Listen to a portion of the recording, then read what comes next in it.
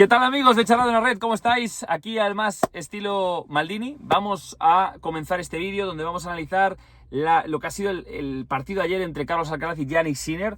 Esta final de Wimbledon 2025 que nos ha dejado a todos los españoles o los que vamos con Carlitos un poco fríos, porque estábamos ya deseando que Carlitos levantara su tercer Wimbledon seguido, su sexto Grand Slam, su 6 de 6 en finales de Grand Slam, pero pues tenemos un jugador italiano de muchísimo talento, carisma y una fuerza mental increíble que nos ha quitado a todos ese sueño, ¿no? Ese objetivo también, que al final pues los que vamos con Carlitos, pues lo que hay.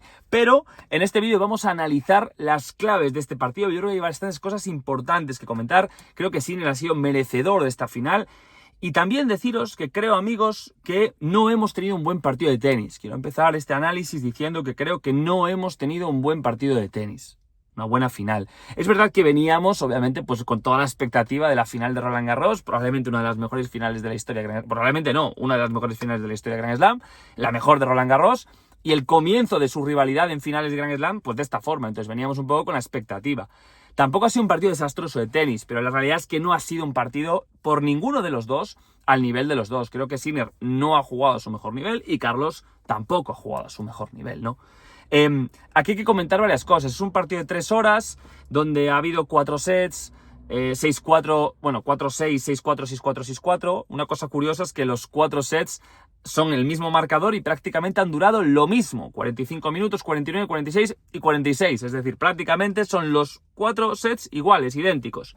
Y con bastantes cosas en común. En realidad, la verdad es que ha sido una victoria de Sinner con cierta facilidad dentro de lo que es una final, dentro de lo que es Carlos Alcaraz, que siempre te ponen aprietos, pero la realidad es que ha sido superior en prácticamente todas las facetas del juego. Hemos tenido un primer set donde los dos han entrado muy nerviosos, donde los dos han sacado prácticamente el 50% de primeros únicamente, donde han cometido un montón de errores no forzados, donde empezó Sinner un poquito mejor con break, pero luego bajó el nivel de manera estrepitosa y Carlos se pudo imponer al final por 6-4. En fin, o sea, es decir, un primer set con muchos errores, con muchos nervios. Luego, los otros 3 sets hemos visto un poquito más de tenis, pero en general a ratos, ¿no? Pocos destellos realmente, porque luego pues el resto no hemos tenido realmente grandes puntos, ni momentos de mucha tensión. Realmente ha sido una final controlada por Sinner, que empezó el segundo set ya con break y con cierta ventaja hasta que lo cerró por 6-4.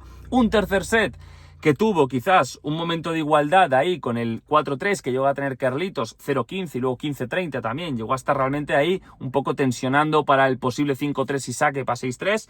Luego al final es Sinner quien gana ese juego y es capaz de romper y luego llevarse el tercer set. Y ese momento icónico, ¿no? Bueno, icónico, ese momento un poco de la final donde Carlos decía, es que no puedo, no, o sea, está jugando mucho mejor que yo, no es mucho mejor que yo, me gana por esto de fondo, ¿no? ¿Cómo puede ser que me gane de fondo?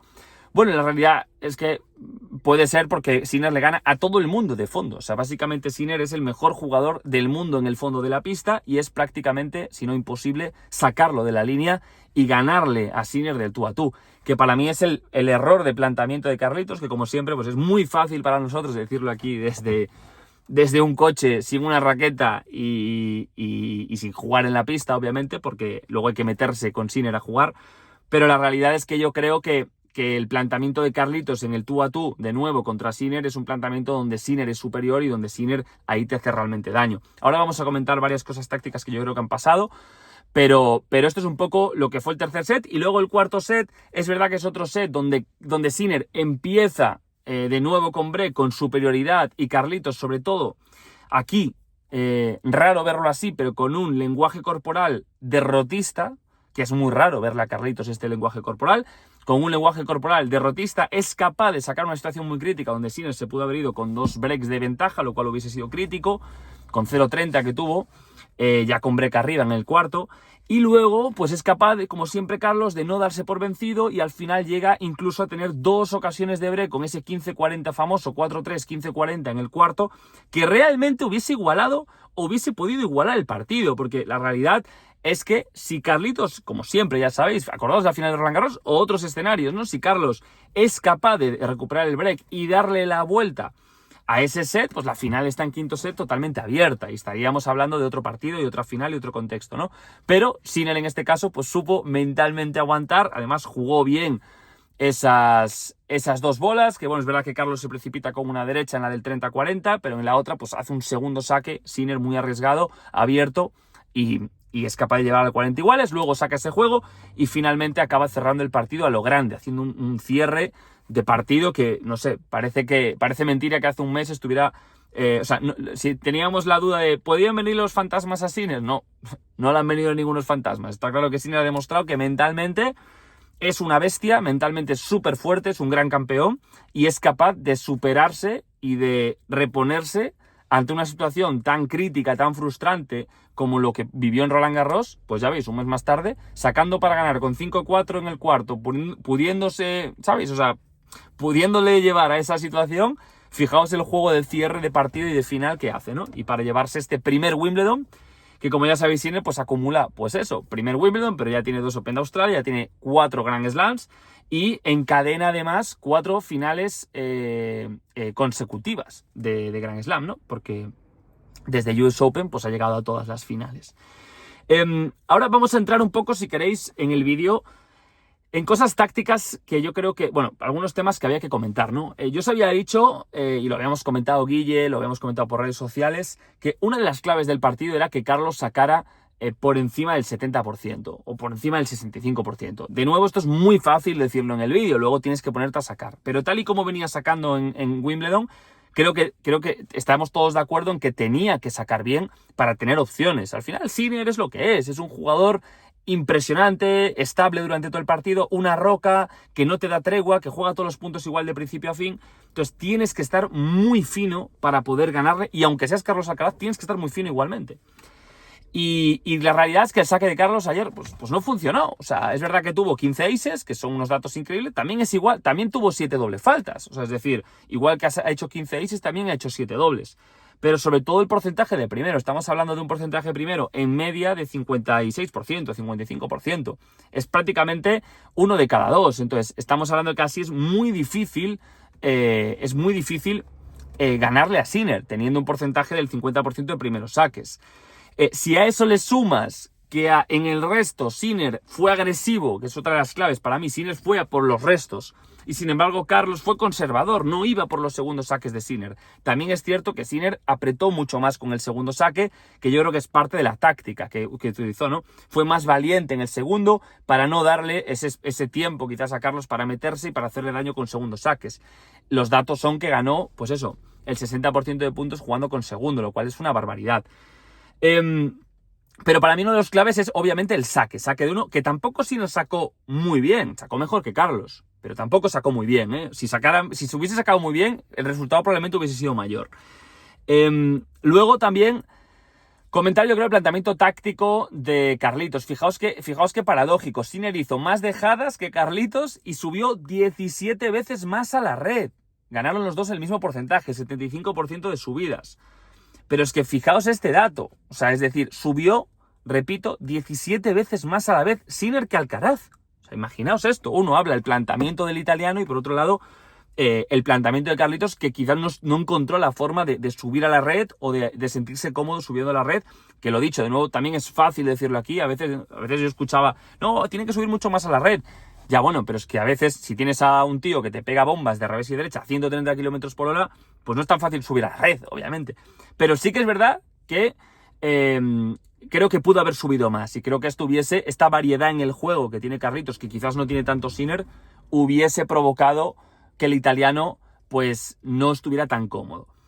Luego también hay que comentar el tema del cortado, que es algo que se ha comentado, el tema de la variedad. En Dimitrov lo vimos, ¿no? Yo creo que Dimitrov, una de las cosas que complicó a Sinner es que no jugó tan potente, pero supo utilizar muy bien la variedad en su juego. Supo cortar mucho el revés, esto le hacía muchísimo daño a Sinner, y vimos a un Sinner muy incómodo. Tal es la incomodidad que estuvo a punto de palmar 3-0. O sea, es decir, que prácticamente Sinner, bueno, es que no le hizo ningún set. Luego veríamos cómo iban a quedar, porque eso nunca se sabrá. Pero la realidad es que Sinner iba palmando 2-0 y 2-1 contra Dimitrov. Entonces, claro, y 2-2. Pero claro, el tema está en que los cortados es un golpe que aquí en hierba, 1, hace mucho daño, 2, Carlos lo tiene, 3, a Sinner le molesta mucho. Por la derecha de Sinner le cuesta levantarla. Sin embargo, a Sinner, cuando le juegas de tú a tú con el revés, en ese intercambio de revés-revés que buscaba Carlos, creo que ahí Sinner está muy cómodo. Y lo demostró ayer. O sea, al final jugaba el intercambio de revés y luego le cambiaba. Y cuando le cambiaba ahí Carlos sufría una barbaridad. Y es lo que decía él, es que estoy todo el rato a merced de él, es que no soy capaz de... Tiene la iniciativa todo el tiempo. Claro, porque le estás jugando de tú a tú. Y yo creo que jugarle de tú a Sinner es una táctica, una estrategia un poco riesgosa. Aún siendo, repito, Carlos Alcaraz, que tiene un juego de fondo para ganarla a cualquiera. Luego quizás... luego quizás también el tema de los momentos importantes. Yo creo que Sinner los jugó bien y Carlitos, lo poquito que tuvo, no lo aprovechó. Realmente, pues lo que decíamos, el tercer set, pues tienes 4-3, 0-15 y haces tienes 4-3, 0-15 y cometes error no forzado. Tienes 4-3, 15-30 y bueno, ahí Sinner juega medianamente bien ese punto. Pero no aprovechas esos momentos en los que puedes llevarte el partido. Luego tienes 15-40 en el cuarto set, que tienes tu oportunidad, y una derecha que a lo mejor en otra ocasión pues la mandas, la metes, ¿no? O te entra el golpe. Bueno, pues en esta ocasión pues se te va fuera, ¿no? Y arriesgas quizás cuando no tocaba tanto. Esa derecha, concretamente, que pega una derecha que se va al medio, pero va muy larga. Bueno, pues esos momentos importantes, al final Sinner ha ganado la final por 8 puntos. Entonces, obviamente sabíamos que una parte muy importante de estos partidos se deciden por puntos muy concretos, y aquí está el tema, ¿no?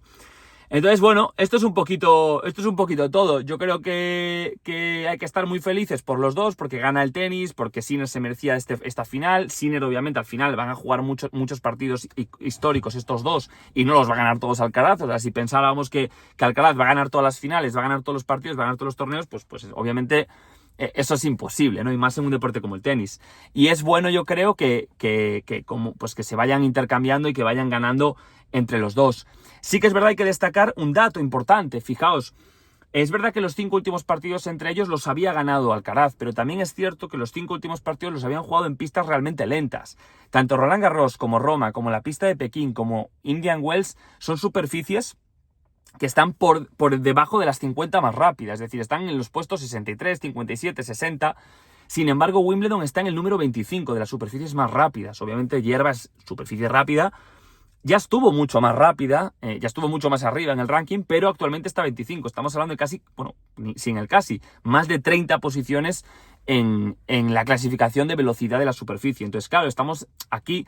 Fijaos que el head-to-head entre ambos es 2-0 para Sinner en hierba. Y probablemente Sinner gane más Wimbledon que Carlitos. Y tiene sentido, porque en pista de tierra batida, el favorito es Carlos. Sin embargo, por el tipo de juego, y ahí Sinner sufre más. Tenemos la final de Roma, la final de Roland Garros, que tampoco me vale de ejemplo, porque Sinner realmente fue superior durante gran parte de la final y se puede haber llevado ese Roland Garros. Pero creo que, igual que Carlos, creo que le puede ganar también a Sinner en hierba, porque las diferencias entre ellos son mínimas. Pero que tiene sentido que Carlos se sienta un poco más atrapado y donde la bola le pesa más, está un poco más a merced de Sinner en una pista como hierba en Wimbledon, que en una pista a lo mejor como pues la central de Roland Garros. Entonces, eso también me parece otro de los puntos. Y nada, ahora yo creo, pues lo dicho, yo creo que hay que aprender mucho de la final. Una de las cosas más bonitas que tienen estos dos monstruos es la rivalidad que tienen tan preciosa. Yo creo que elevan los valores del deporte, nos hacen ver que se puede competir a gran nivel, al más alto nivel, y tener una gran relación, porque estos dos tienen una gran relación, sus equipos tienen una gran relación, hay un gran respeto, y este tipo de cooperación y de competencia, no competencia, genera, pues yo creo que algo muy sano, sobre todo para los más jóvenes, porque quizás pues el deporte hay partes donde está muy arraigado al ego de pues obviamente los dos quieren ganarse el uno al otro, pero siempre los dos demuestran que tienen un gran respeto el uno por el otro, que tienen una gran relación, y que a pesar de uno llevarse la final en este caso, pues fijaos ayer Carlos como estaba feliz, aplaudía, y en definitiva se notaba una felicidad o de alguna forma, una alegría sana por el otro, ¿no? Entonces, esto creo que tanto Federer como Nadal lo demostraron durante muchos años, y es precioso, bonito verlo ahora en dos chavales de 22 años, la verdad, 22 y 23. Así que nada más, amigos. Este es un poco el análisis así rápido de las claves de lo que ha sido este partido. Ahora tenemos segunda parte de temporada, yo creo que apasionante. Creo que los dos tienen que estar súper contentos de lo que han hecho, porque Carlos lleva una temporada bestial, Sinner también, a pesar del manchón del tema del dopaje. O sea, de la parte de sanción que tuvo, creo que sigue demostrando que es el número 1, y a disfrutar muchísimo del tenis, amigos. Así que nos podéis dejar, si queréis, en comentarios cuáles son vuestras claves, cuáles son tus claves para ti en la final, por qué crees que ganó Sinner esta final y cuáles han sido las claves para ti. Y nos vemos, como siempre, en próximos vídeos, amigos.